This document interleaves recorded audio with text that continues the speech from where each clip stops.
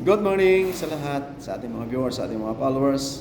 At sa mapagpalang umaga, at bago tayo magsimulang bumiyahe, check muna natin ang ating pong sasakyan. Higit sa lahat, ang ating pong mga paalala ay ang maging ligtas ang ating pong pagbibiyahe. Lagi natin tatandaan, pag umalis tayo sa ating tahanan, mayroon naghihintay na tayo babalik.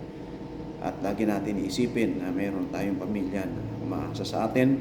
Kung ikaw ang breadwinner, ikaw lamang ang naghahanap buhay para sa inyong pamilya, dapat mag-ingat tayo bilang driver. Apply po natin yung tinatawag natin na pating management. Pag nakaramdam po tayo ng antok sa mahabang biyahe, pwede tayong tumabi, pwede tayong mag-check ng ating sasakyan sa isang ligtas sa lugar para matulungan na manumbalik yung sigla ng ating katawan. Kasi pagka ikaw ay nakaupo diyan sa upuan, hawak mo ang manubela habang tumatakbo, at condition yan, tapos mahaba, maganda suspension. Kumbaga, yung galaw ng iyong katawan, limitado na lang. Kaya yung dugo mo, bumabagal na yung sirkulasyon.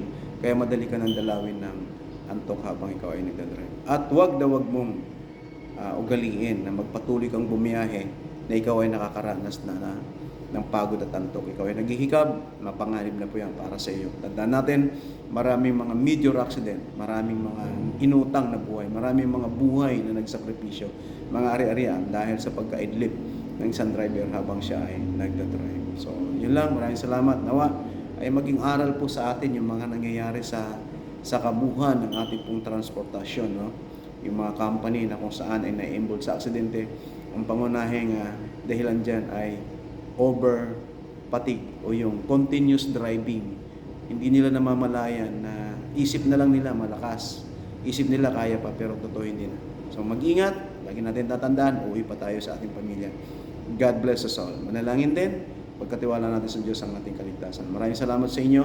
Nawa ito ay makatulong para sa inyong lahat, lalo na yung mga biyahero. At ikaw, kapatid, tandaan mo, minsan lang ang buhay. Wala nang rewind pag ikaw ay nang-aksidente. So maraming salamat sa inyo. Ingat lagi sa ating pong pagbibiyahe. Ang inyong likod ay patuloy na magpapaalala sa ating lahat. Maraming salamat.